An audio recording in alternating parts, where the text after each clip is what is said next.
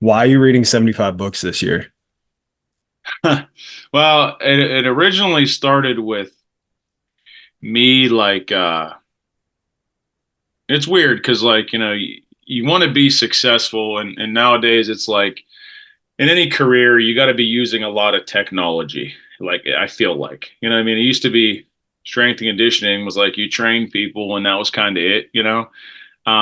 But I just noticed myself just being too intertwined with the technology, whether it was social media, whether it was marketing, whether it was on like programming using my computer. And dude, like my screen time was I found out my screen time wasn't even that high, but I thought it was real high at the time. So like my screen time was like 5.5, 6 hours a day, which to me is a lot. Now, I come to find out, like, especially during draft prep last year, like I would check those guys' phones and they would have 10 hours, like Robbie. I would check Robbie's phone and Robbie would have 10. What you want me to be doing, man? I'm in the hotel. It's like, well, I mean, something other than that, ideally, you know what I mean? Because I think there's a lot of negativity in the things on your phone, whether it's the music that's on there, whether it's what you're watching, whether it's Netflix, whether it's YouTube, or even, I'm sure you can get TV and stuff on your phone. And I just kind of wanted an escape from that. Right? I didn't want that to be what defined me. Like I never like it's embarrassing, like to have a high screen time, I think. Like I said to this kid yesterday, it's actually pretty funny. I said, let me see your phone, give me your screen time. And he's like, oh, yeah. And I said, well, this is the scenario. I'm doing this to you on earth, and the same thing's going to happen to you when you die. So God's going to say, what happened? What did you do on earth? So it's going to be something you can't hide from. You know what I mean? You're going to have to justify the decisions that you make. And I'm not God by any means, but it was a funny thing because it's something you can't hide from, right? You show someone your phone, you're like, oh, I spent 8 hours a day on my phone. Like, well, what are you doing? There's very few people that could be productive for 8 hours. Now, being on the phone, talking to people, I think that's a little bit different. And I actually don't even know, man, if that factors into screen time. It might, if you're using a GPS, that obviously might affect it too. But I'm talking about purely like, texting, group texts, and I'm notorious. I'm not in any group text. I'm like anti-group text because I think it's ridiculous. People sit all day long and just talk like men about other men and other things. It's like it's weird to me. Um, and it also when you and this is off topic, but if you leave a group text, you'll find out who really wants to talk to you too, because they have to directly get a hold of you. But in a nutshell, it was pretty much me just trying to get away from technology. I had no goal of like reading 75 books. But what I noticed was I just wanted to start reading more. And I started reading more and I started liking it. Now when I first started reading, it was like, okay, I would read 20 pages and I would look at my phone, you know what I mean? Or someone would text me. And then I got to the point where I didn't even look at my phone at all. Then it got to the point where I just would wake up in the morning and I wouldn't look at my phone till noon. And it was and it was nice because I wasn't like deliberately not doing that. It was just not part of my lifestyle anymore. When I go into restaurants now, I bring my book. I don't bring in my phone, and it's time where I can be by myself. It's time where I can work on becoming a better person, and other people can't get a hold of me. Because at the end of the day, like whether you get 10 texts and you might reply back to 10 later on, you don't have to reply back to every single one at the same time. And I think it's crazy nowadays, speaking about texts, is like you can't even get an answer from people in text, and then their screen time is 10 hours a day, bro. It's like, what is going on? You know what I mean? Like it, and no one picks up their phone. Like I call people all the time and I just called you yesterday. People get mad at me. Like, but it's like, you can get a lot more done in a phone call, you know what I mean? Than you can through texting. But yeah, and I just started diving deeper into different things I've wanted to like learn about, man. Um, and a nice thing about reading is you like, you read and you acquire this information and you get to put your own spin on it, right? It's not like no one's teaching you It's like not a classroom where the teacher is telling you what this book means. You have the opportunity to create in your own opinion what it means. And different people take different things from different books, which I think is awesome, man. I mean, I have found myself getting so much more, religious and faithful because of it.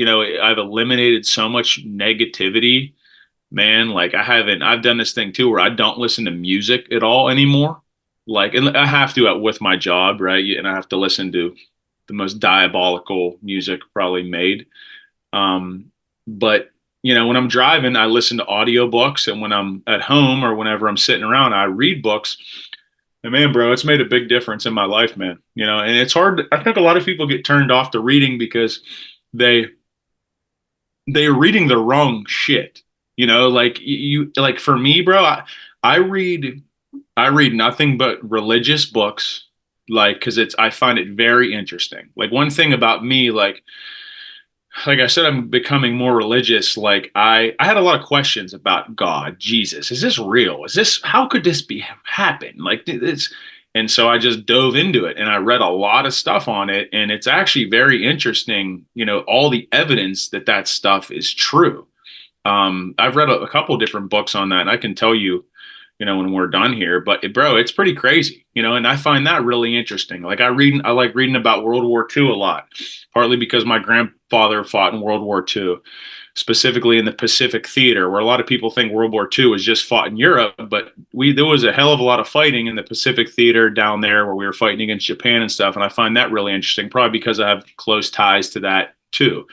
Um, yeah, and like certain like I'm not like a big self-help guy, man. Like I think some of those dudes are like so lame, you know what I mean? Like I mean they're whatever, they're doing they're making money or whatever, but like I really don't think those dudes live those lifestyles that they say they do.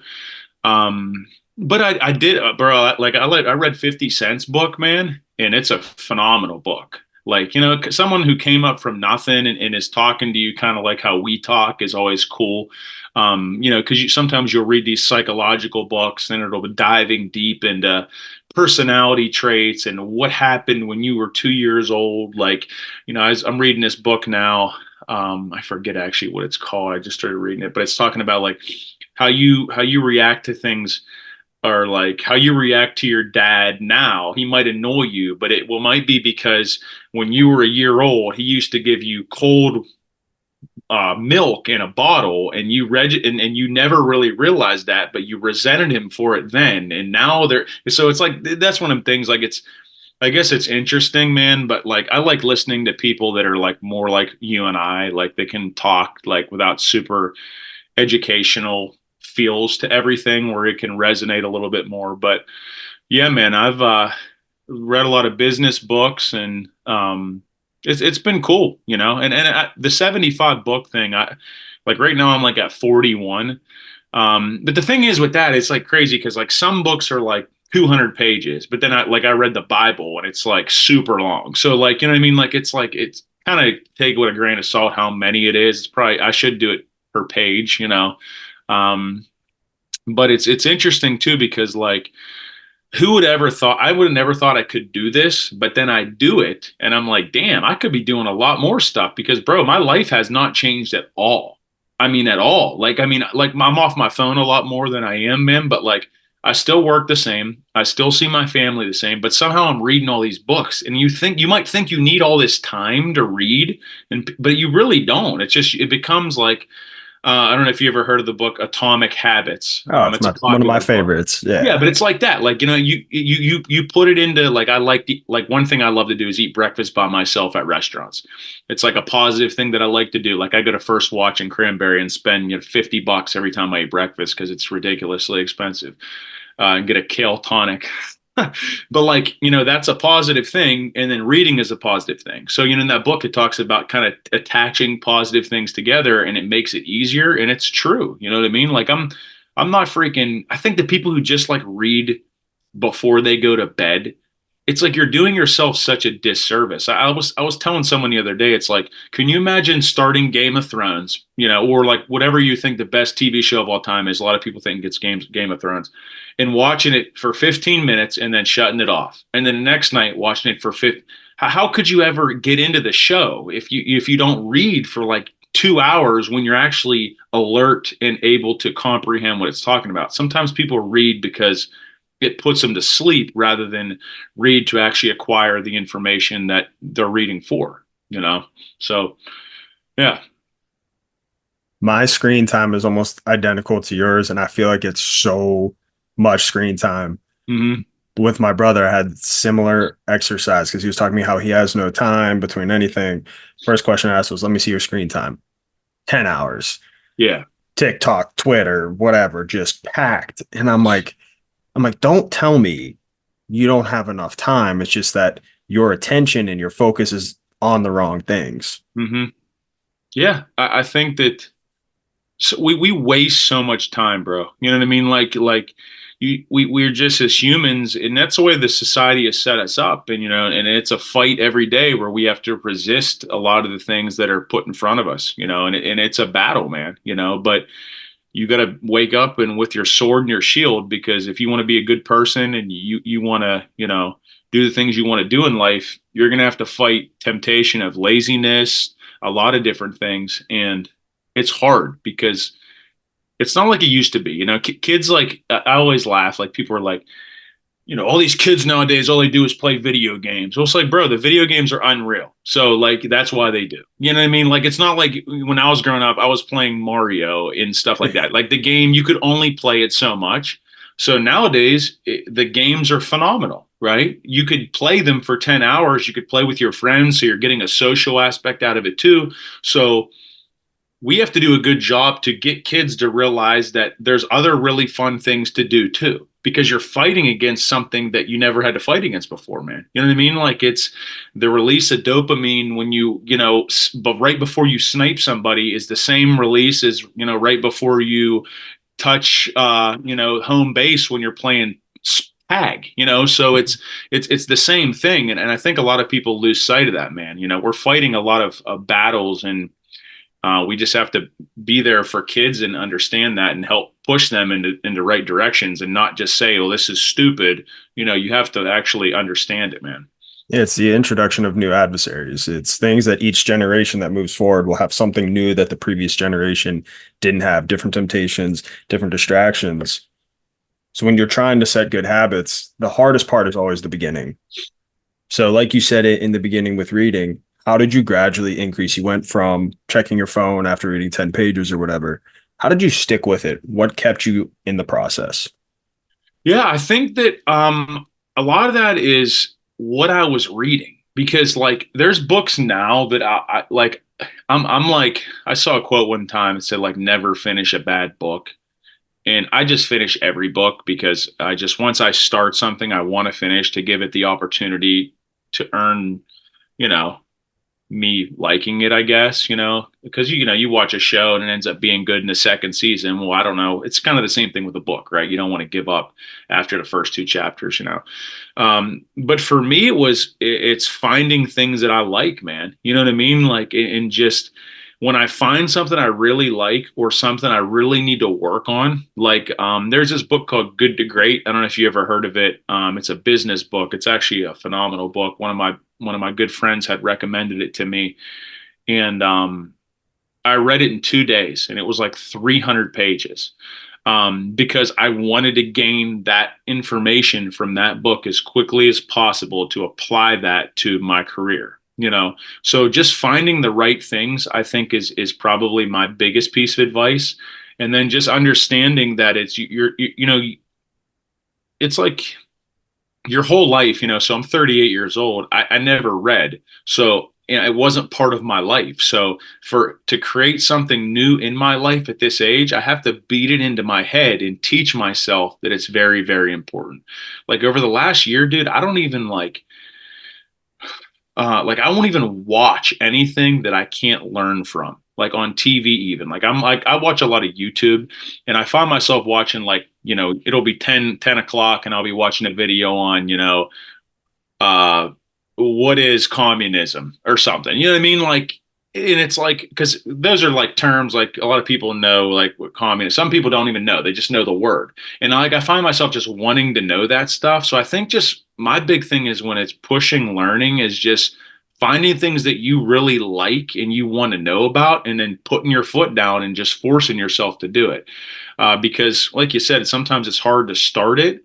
um, well, it's actually easy to start it. It's hard to continue to do it, and I just think it, like anything, and same thing with like working out. It's like people want to like make a drastic lifestyle change. It's like you got to kind of gradually work your way into that, and you have to do it in a way that makes sense for you. Some people like I would never in a million years run long distance, but some people like that, right? So if it's going to get them moving more at our age, good for you. You know, some people like biking. You won't catch me on a bike unless it's a motorcycle.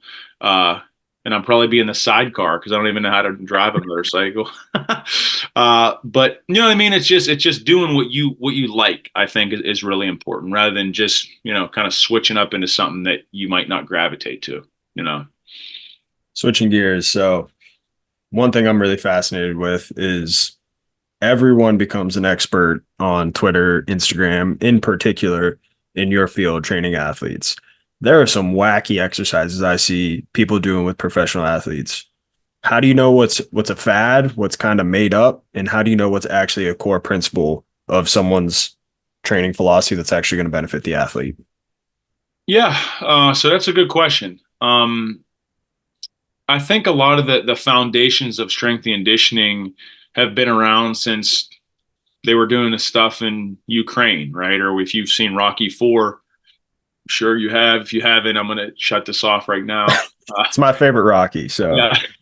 Uh, but yeah, I mean, just I think the foundations of strength and conditioning have proven that that's what works. But a lot of times what works isn't always what's sexy and what people think is cool, right? So you have to sift through a lot of that. Just understanding, the biomechanics of people's bodies, right?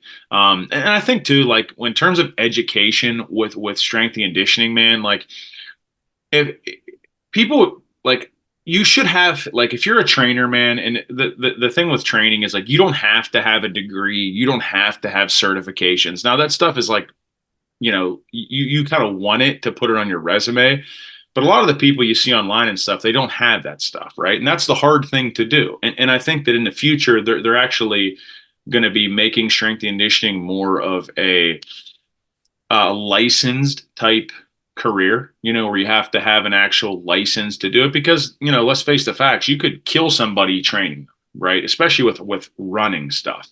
And you see that sometimes, but it's sometimes it's challenging for young kids and people who don't really know strength and conditioning to understand that. And the best advice I would have for someone seeking that out is find someone who's been doing it for a long time at a high level. I mean, if someone's been doing something for a year, 2 years, for me, especially training like high level athletes and stuff like that, that'd be something that I would be looking for. Some of the main certifications that you'll have in strength and conditioning that a lot of people respect, like for instance, coaching in college, you have to have either your CSCS or your CSCCA.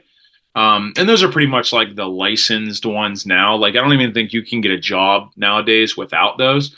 But having trainers that possess those, at least they might not be the best trainer in the world, but at least they have a base knowledge of the things that, that they should be doing with you. Now, if they do them, that's, I guess, up to them. And sometimes people shy away from those things, like I had referenced before, because, you could say, I think I've always seen like Derrick Henry or people have sent me say stuff like he does like crazy stuff. And that's the stuff that I've seen it because it's being reposted and stuff. It's not like I'm looking up what Derrick Henry does. So that's obviously why they post those things. But that's always challenging, man. It's, especially with just the prevalence of strength and conditioning. Like I get the question a lot, like, athletes are getting injured more than ever, probably. And there's more strength and conditioning than ever. Well, how would that make sense? If strength and conditioning is designed to help you prevent injuries, well, it's not done correctly, right? So if you were to, even if you were to follow sound strength and conditioning, protocols and stuff, and you weren't able to watch a kid squat and determine they're setting themselves up for success or failure, right? You could be potentially aiding to them to somehow get hurt in the future, which is unfortunate, So I think that, it's definitely a slippery slope, but, it's one of those things that I think it's always going to be a battle. And, I think too, like in terms of injuries, I think the surfaces that we play on aren't great anymore either. Like natural grass is a lot safer on your lower body. That's why, downtown at UPMC, like if you notice pit practices on turf, what are the Steelers racks on? Grass, Grass. so because it can potentially mitigate some lower body injuries. But yeah, and you got to think too, guys are bigger, stronger, faster than ever due to strength and conditioning, due to just genetically, guys are just getting bigger and stronger. And the braking forces that you need, are challenging to develop. And that's not something that a lot of people are working on either, working on deceleration work, eccentric work. So you have a bad strength coach that's from just getting people big, big, big, fast, fast, fast, strong, strong, strong, and doesn't work on any of the absorbing forces, changing direction, things of that nature. Your athletes could look great, but they could be getting hurt very, very quickly. And I think that if you want to look at strength coaches as a whole and judge who's good and who's bad, I think, you look at obviously what they can do with athletes from, taking people good to great, or you can look at, taking people, what coaches have limited programs, injuries as well. And I think that those are probably the two key indicators there on it, who's doing it right and who's doing it wrong for sure. How do you innovate based off of the foundational principles? I think based off sports they play. I think basically, like a good example is like Andrew McCutcheon, right? So he follows, when I train him in the off seasons, he follows basic strength and conditioning principles, right? But there are different ways we can modify his training based off what he has to do for a living, right? So you focus more on the things that he does, that could potentially increase his performance, and then you focus on things that can potentially decrease his chance of getting injured, right? Different lifts for, like I said, different lifts for different sports. The big thing is, in terms of modifications, is always running. It's always power development, and it's, I think that's a pretty good indicator of who knows what they're doing and who doesn't. Is running volumes in the off seasons, intensities that you prescribe, different runs to, jumps to, tempos that you implement, with lifts, and different things like that. Because so you could have an athlete on a program with the same exercises, but totally different tempos, reps, sets, intensities, and you're going to get a different outcome out of that same lift, basically based off of what you're having them do, the intentions that they're pushing, pulling, the rest in between sets, right? If you're implementing pauses, slower eccentrics, different isometric work, different stuff like that. So that's kind of where you make your money at, and I think that that's a question that, if you ask some trainers, they would have no idea what the answer to that would be. And that's where I try to work with our interns and our staff at my facility, is getting them to understand that, I think, is important, right?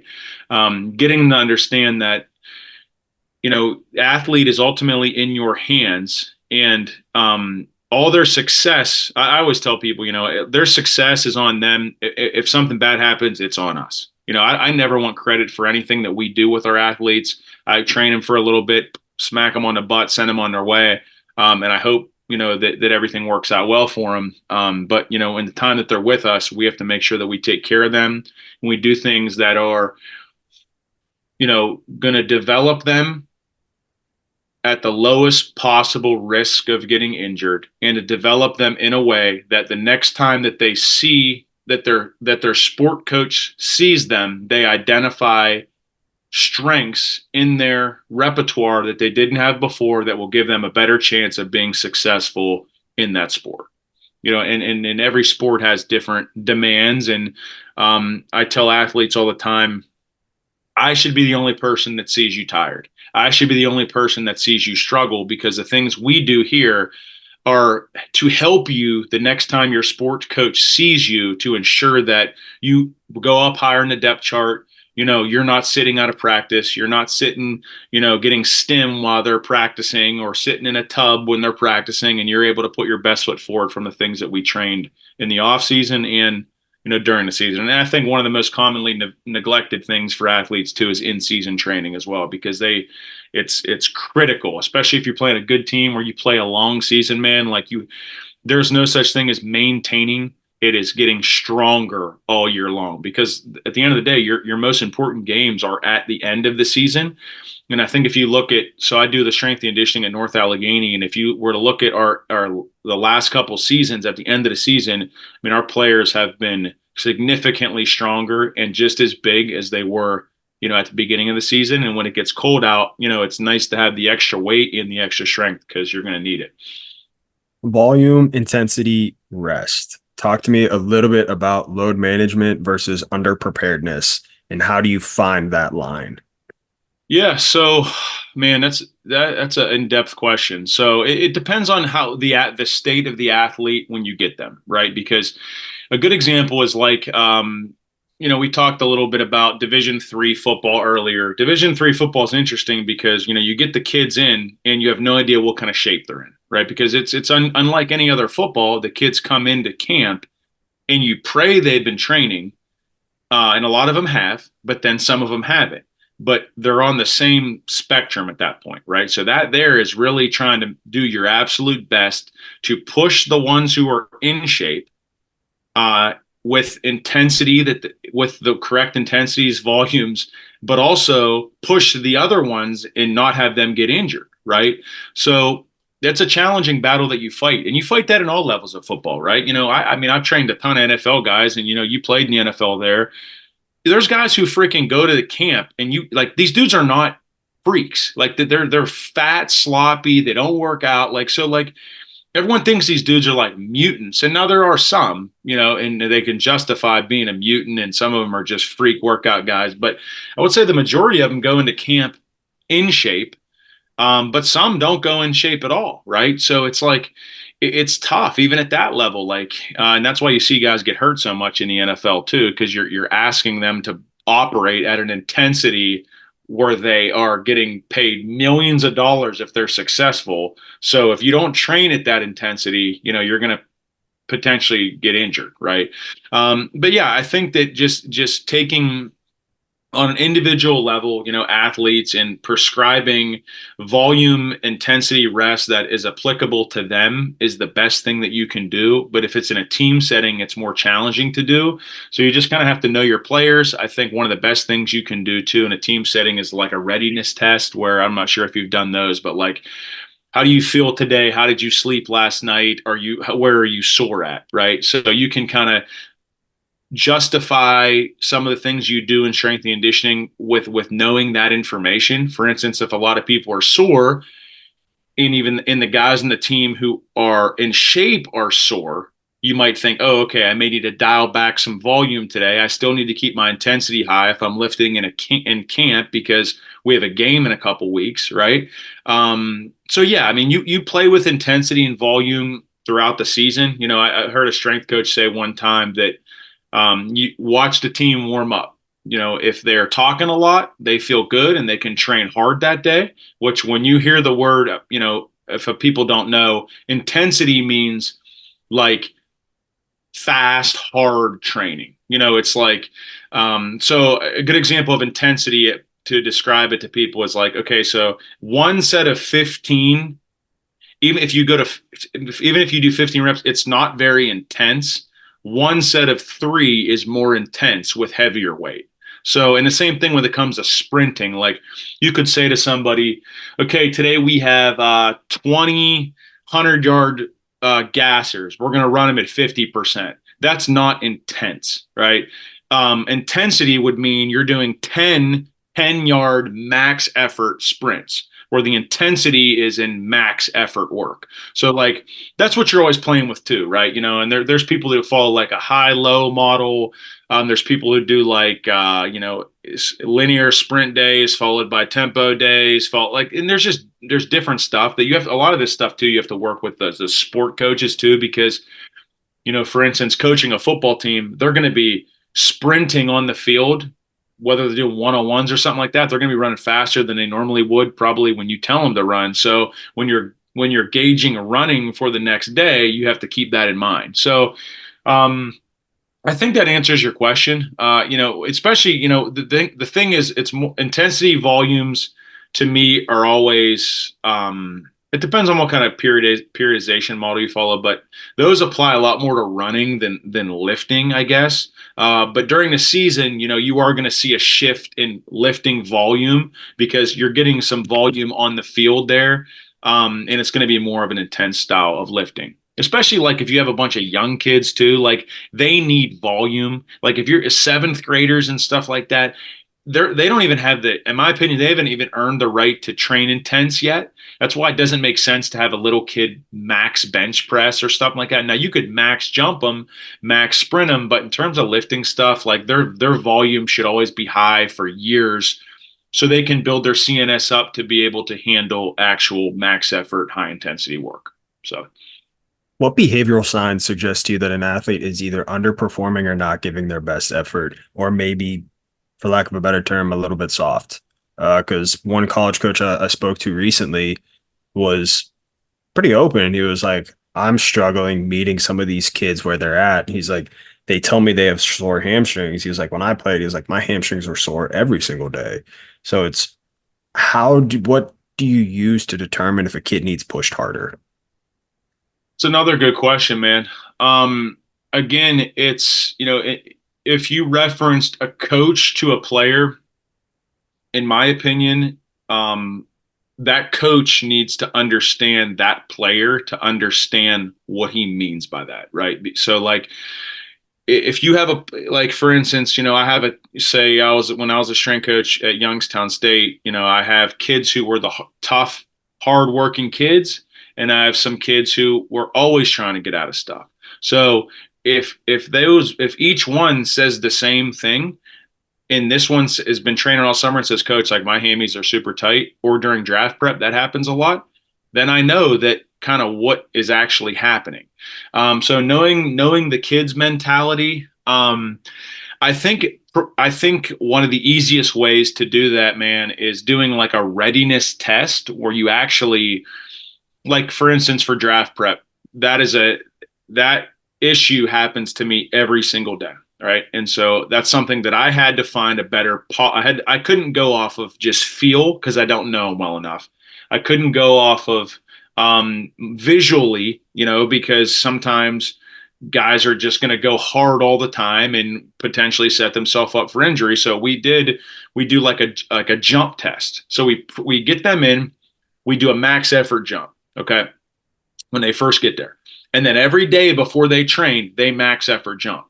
And hopefully they're max effort jumping every time, but they do it as soon as they get there. So then I can look at the data on where they jumped initially and what they jumped on that day. And if that number is really low, like we call it in the red, then I know, okay, well, you know what, there might be something going on here. I need to dial back on him. And it will always dial back on the running.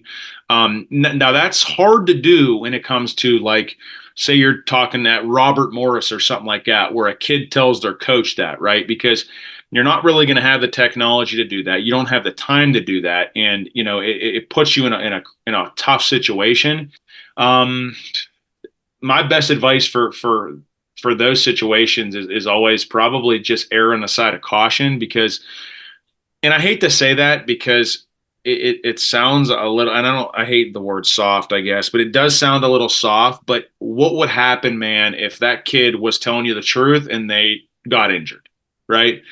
And that's the world that we live in, that kind of like, I'm scared to do anything hard to people. But when it comes to injuries, it's a little bit different, I think, right? But at the same time, if that, like, one thing I do is, when we'll have a lifting session and a kid will say, "Hey, coach, I can't do this." The first thing I say to him, I said, "Did you practice today?" And if he says, "Yes, I practiced," you're doing everything that I asked you to do. If you didn't practice, then I can modify you. And that's why, the best systems I've ever been a part of have three people intertwined: the head coach, the strength coach, and the head athletic trainer. Because when those three are on the same page, you can get a lot done. When there's a disconnect there, when the head coach is demanding and wants this kid to be out there because it's a Wednesday and you guys play on a Saturday, and he played bad last week and he was messing up and he was a DB, and but his hamstring's tight, then that athletic trainer needs to be able to tell him the truth, and the strength coach needs to be able to modify stuff and still get him to continue to train hard and be in shape for Saturday, while also not putting any more risk at injury for that kid too. So that's a tough situation, bro. I mean, I think that about there's probably 2,000 people going through that right at this moment. But it's hard, man. And it's hard to not be that guy that just says, "Okay, go sit out." But I think that's what bad coaches probably do. And I think that, I think we just got to do a better job of that as a whole, and have a system of people that are on the same page. What's your opinion on making training fun, meaning training through games and things of that nature? I love that, man. Well, I think people can go overboard with that. Because training should be productive, right? Now, fun is a byproduct of your personality, and if you can structure things in a way that you get more out of the athletes, like I don't know if I've ever trained a group of people that didn't have fun, because they're getting better. That's fun to me. Winning championships is a lot of fun, uh, and I tell people, like, it's like, I tell athletes all the time, I say, I don't care if you like this shit or if you don't. I don't care. What I care about is whenever I watch you make plays in the game and you're smiling from ear to ear and you're giving your teammates five, that's what I train you for. I train that person, right? I don't train the person you are when you're a miserable little bastard, right? And I'm talking about, from when I say little bastard, I'm talking about, you know, NFL guys that are like that. You know what I mean? Like, I'm talking about dudes who are playing in the NFL that I trained during draft prep. They'll act like that. So I got to do a good job of pushing them. So, because I know for a fact they want to be millionaires, right? So that's what I'm training them for. And ultimately, I think that that's the funnest thing that you can accomplish, right? Is accomplishing your goals. I do think strength coaches need to do a better job of not being so hard on people. I think the perception of, the bald-headed dude with tattoos, I mean, that is me, I guess, but and just in not caring about people. I think those guys are fine, but I think, that same guy, if he has a 10% of a funny feel to him every once in a while, I think he can get a lot more out of the athletes than 100%, MFer, But in terms of training athletes and doing fun drills and stuff like that, I always think there's a place for that. If the foundation is there, right? I'm not going to do a tug of war day with a team and have them play tag if our guys can't properly squat, RDL, chin up, bench press, run, jump correctly, right? Now, you could intertwine different ways to do that all kind of together, but for me, I think the fun is winning. I think the fun is success. Not going against anybody who likes that stuff. I had a tweet about that before and people got mad at me. But That's why yeah, I asked you that question, by the way.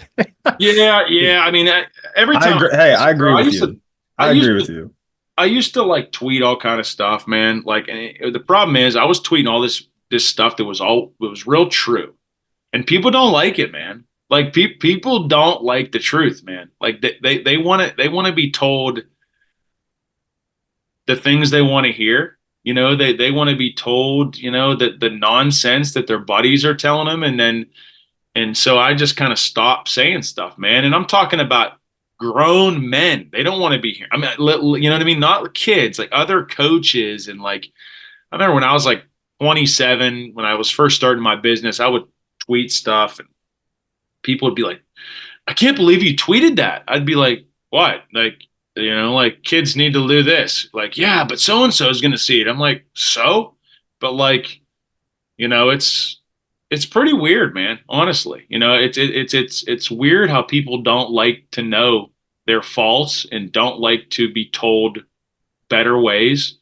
And it's just frankly scary to me, man. You know what I mean? I'm not like that at all. Like I like I want to learn. I want to gravitate towards people who are like pushing other people. And if I don't understand it, you know, especially like young strength coaches to like say stuff to me. It's like, and I can learn something from anybody, dude. But like when I'm a young strength coach, if an older guy is saying stuff, I'm probably going to listen, especially someone who's done what I probably would want to do, you know, and that's pretty backwards, man, you know, but whatever. Do you think we're not honest enough with athletes? Oh my God. Yeah. I mean, I see the funniest tweet. You're going to laugh. It's, I have it in my, I have it typed up in my drafts. I will never tweet it because it would offend so many people. But it's like, you know, it's that tweet. It goes around. You're not D1 if you don't go to class. You're not D1 if you don't work hard. You're not D1. I'm like, dude, first of all, those guys at D1 are not doing any of this stuff. You know, they are just good at sports. You know what I mean? Like they are no different than a D3 guy. You know what I mean? That they are doing drugs, they are staying out all night long, but they are freak shows, man. They're genetic freaks. They're big, they're strong, they're athletic. And you tell all these kids like you can do anything you want, but I think it's unrealistic. Like I'm sure you know Ross Ventrone. Yep. You guys are, you know, similar guys. And Ross used to crack me up, man. He used to, when he was playing for the Steelers, he would go and talk to like high school teams, and the coaches would introduce him. Hey, everyone, this is Ross Ventrone. As you can see, he's a 5'8" white guy. He didn't get to the NFL because of genetics. He worked hard, and Ross every time would say, "Yeah, but I'm a freak." Like I ran a 4.40. You know what I mean? I benched 225. Like, dude, like, you know what I mean? Like, dudes like that are freaks, man. Just because you're short doesn't mean like you're not a freak show of an athlete. Like, when people see those dudes in the NFL and they're like, oh, if he can do it, I can do it. And it's just, it's, I don't know if it's like you shouldn't tell people that, but like, you know, because you never want to shoot someone's dream down, right? You know, you like, and I would never tell a kid that was freaking 10 years old that, you know, but like a high school kid who's going on, like a good example is like a high school kid who's going to be a senior who has no offers, that is still going to camps at Penn State, Pitt, West Virginia in the summer. It's like, dude, you want to play college football, great, and you're a good football player.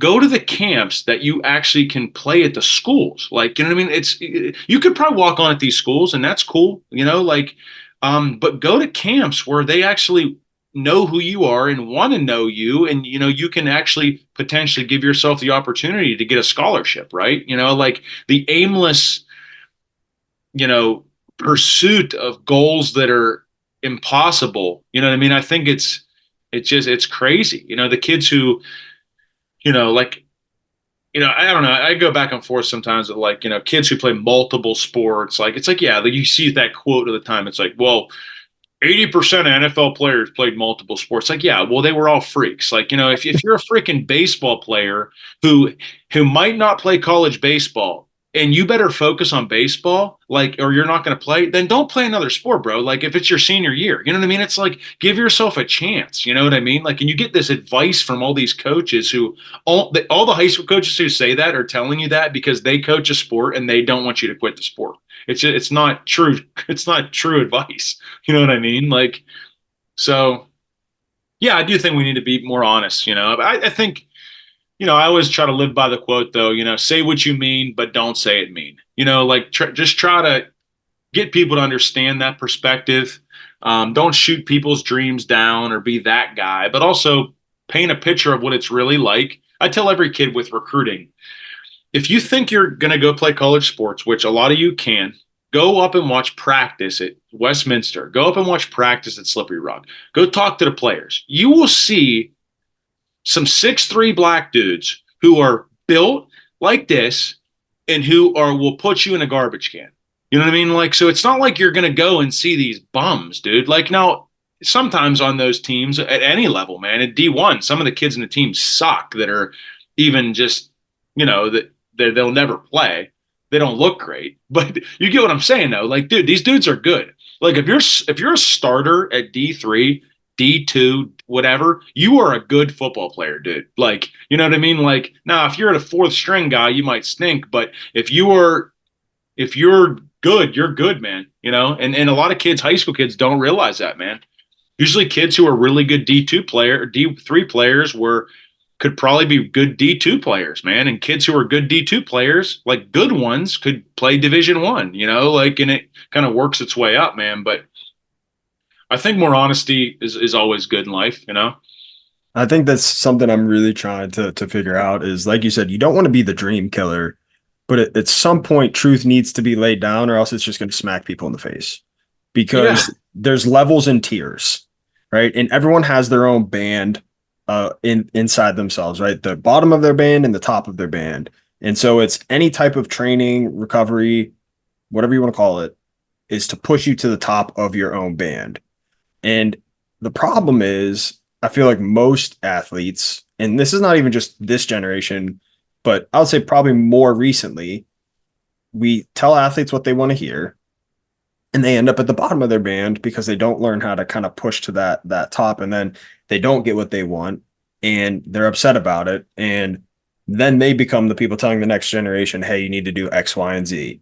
yeah, And it's now I wish like I actually really like the reference with Ross. It's like I'm a freak. Like, yeah, yes, like maybe I'm not like, DK Metcalf or whoever who's just like genetically out of this world. It's like, but I'm a freak athlete and I just work to the top of my band. So it's getting yeah, athletes the truthfulness without shooting down their dreams. Cause I'm sorry, but if you're 5'5" and you're a junior or senior, probably not going to play at Pitt or Penn State. right. So it's like being able to have that realistic conversation at some point while not killing their dreams. Yeah, I think it's something that, like I said, same thing with training athletes, right? It's training their minds too. There's athletes who, I heard this quote before. Everyone hungers for the truth, but seldom like the taste when it's served up. Everyone says they want the truth, but do you really want it? But there are some athletes that do want that.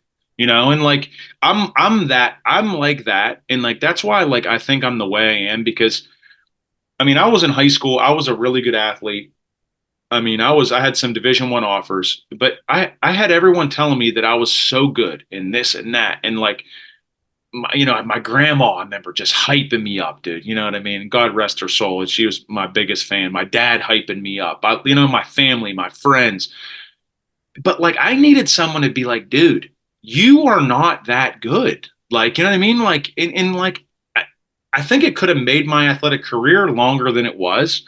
I mean, I was a Division 1 football player. I was, like, but like anybody, it's not even for like the kids who aren't good to tell them it's hard. It's like for the really good kids. Like, dude, like, and I'm like that with our guys at North Allegheny. Like, I mean, they get the real spill from me, man. You know what I mean? And I like to think that it affects them when they get to college because they get treated and talked to and explain to them exactly how it has to be for them to be successful. And not a lot of people know that, man. You know what I mean? Like, so when you know something other people don't know, sometimes if you just talk about it, it's taboo to them, right? Because some of these kids do not have the genetic makeup to have parents that pursued sports at a high level. So in their defense, they don't know, right? And some of these coaches around here, they're good dudes, but they also don't know, man. Like, and I mean, they're just high school coaches. So like, it's hard to play that role, man, but I'm going to die on that hill. You know what I mean? Because it's what people need, you know, and I think we'd be doing people a disservice if we didn't push them. But like again, it's not, hey, you suck, dude. Like it's, listen, buddy, like you have to improve. You know, this what you're doing right now is okay, but this is not going to last in college. Do you want to be good in college? Because I'll tell you how. If you do, listen to me or don't. You know what I mean? Like that kind of feel, I think that kind of feel is good. And I think that if you and a lot of that goes back to my high school coach. He had a quote. He used to say, if you can't reach into a kid's heart or shirt and grab his heart, you can't coach him, right? So all this stuff comes from if you've earned the right to talk to them like that. You know, so like I think that that's what you have to work on every single day in the athletes that you know that we're around is being able to, because like me tweeting that it would get like people would lose their mind if I said the things I'm saying now. But like my players, they know me, and when I'm talking, you can kind of see what I'm saying. Like you have to be able to feel it with them. You know what I mean? And you have to be able to take them to the side and say, I expect more out of you. This is what I expect. This is how it has to be. You know, and I think that if you can grab them like that, I think you're a lot better off rather than just preaching to them, you know. But there are times where you got to be super hard, and then other times, you know, good cop, bad cop, you know. Yeah, you don't have to like the truth. It's just your ability to take the truth and do something with it. In your experience, what's the difference between athletes who get it and athletes who don't? So I would say the athlete, in my opinion, that gets it the most, and I'll tell you what why I say that about him. He's a running back for the Broncos. His name is Jaleel McLaughlin. Okay. This is why he gets it. Because he this is how much he liked football. When he first transferred to Youngstown, he would actually be spotting other running. So he was like our third, fourth string running back when he got there because he transferred from a D2 school. We had a couple real good running backs ahead of him in a depth chart. Bro, he would spot people and he would have tears in his eyes because he wanted them to be successful. Think about that. I mean, that is getting it, right? Being the first person in the first person there, the last person to leave, right? That is getting it. You know, always wanting and craving the truth and wanting to know what am I not doing that I need to be doing to get better, right? I mean, those are some traits, man. Like he was insane with stuff. Like after our one game the first year, he ran for like 250 yards, and then that night he was running up and down the stadium steps. The cops called our coach about him. I mean, like stuff like that, like that. But like that's why when scouts used to come in, I used to say this kid is going to be successful whether you want him to be or not. He's undersized. He can't do whatever, whatever. And people are like, Terry, he's 5'9", 170 pounds. He's not going to play running. I said, you watch, just trust me. And after he got picked, after last year, he started for the Broncos as a rookie. I had like 20 scouts text me and said, dude, we should have listened to everything that you said. But that's just getting it, right? It's being coachable. It's wanting that advice. It's wanting to be pushed. And again, it's just being the first guy to places to me means a lot. You know, it's hard to fake that, right? It's hard to fake being the last guy to leave. And that you can't really like say a guy don't care if they do those things. And you know, the fact of the matter is the earlier you're there, you get more out of it. The later you're there, you get more out of it. So you're in essence getting twice as good as everybody else in every single thing that you do, you know?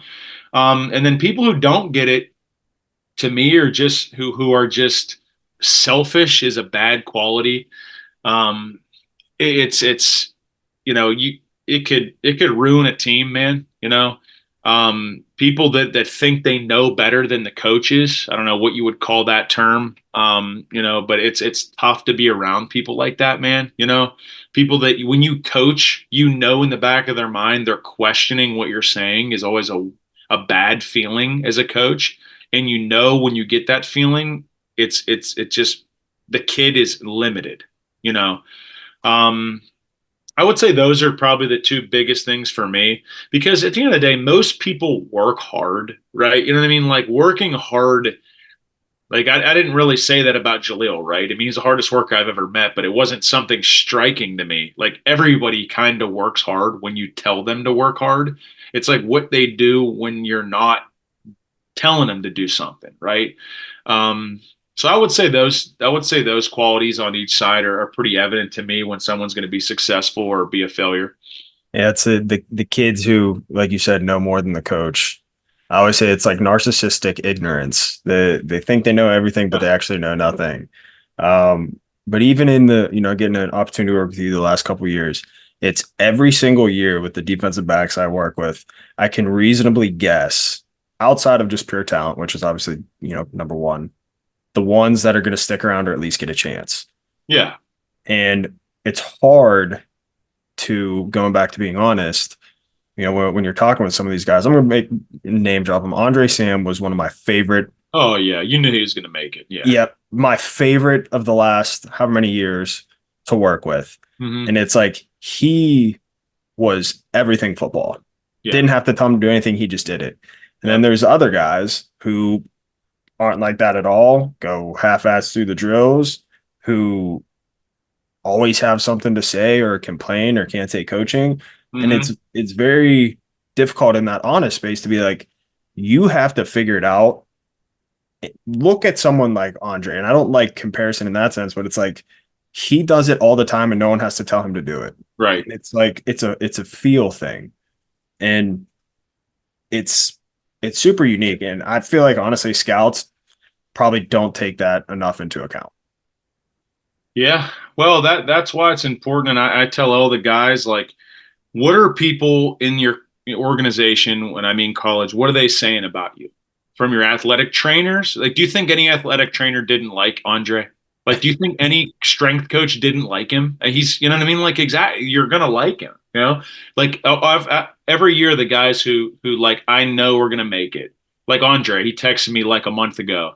Hey, just thinking about you, man. Hopefully everything is good with you and Rocco. It's like, you know what I mean? That's why he's gonna make it in the NFL because of doing stuff like that. You know what I mean? Like he's just a good person. You know, like remember Jonathan's like Sutherland. Remember him, like how he Yeah. is. Just a hard worker, like just gets it. He takes coaching, just shuts up and listens to you. You know what I mean? Like they've been coached by some of the best strength coaches, position coaches in the world, but for them to trust us, is equally as impressive, because those guys are getting paid a lot of money to do the same thing we are too, so it's just being open-minded, I guess, would be a great word for people like that, like Rasheen Ali last year, like just nicest kid in the world, man, like like just that but that's the thing is people don't realize how important that is, man. It's like in any career, this is the NFL we're talking about. Like, it doesn't like people think the NFL is like this, like it is a mecca of football and sports, but it's just another job, man. Right? If in any job, you want people there that you like and that you trust and that are cool. You know what I mean? Like it just there's so many good football players, dude, but these guys are like just really good dudes. Like this year, Jalen Gill, he just got signed to the practice squad for the Chargers. Like, dude, he's gonna make it. He's a good dude. Jalen called me 2 or 3 times during draft prep. Terry, you have time to talk? Yeah, what's up? What can I do to get better, man? Like, just tell me. Like, be honest with me. Like, you know what I mean? Like, just shit like that. Like, but that's hard to do, man. You know what I mean? Like, as a 24-year-old calling somebody, what am I not doing right? Most people are putting their phone down and are scared to even get a text about doing something wrong. So like, but those guys make it. And I think that those are qualities that apply to the NFL, but man, God, do they apply to everything else, man? You know what I mean? Like, and just any job you do, any career you do, just being a likable, good person, man. Like, it's insane how much it matters, especially nowadays with the way people are and how everyone just is like so reclusive and doesn't want to be out and around. When you just get a guy that's just out in public and cool and nice and shakes your hand, it's just refreshing. So the next 10 years, what's going to be the change in athletic training? Where are we going? Where are we moving? And what's going to be the difference between the people who do it well and the people who don't? Um, so like I said, in sports performance, strength and conditioning, I think it's going to be a lot of that. It's going to transition more into like a prestigious career.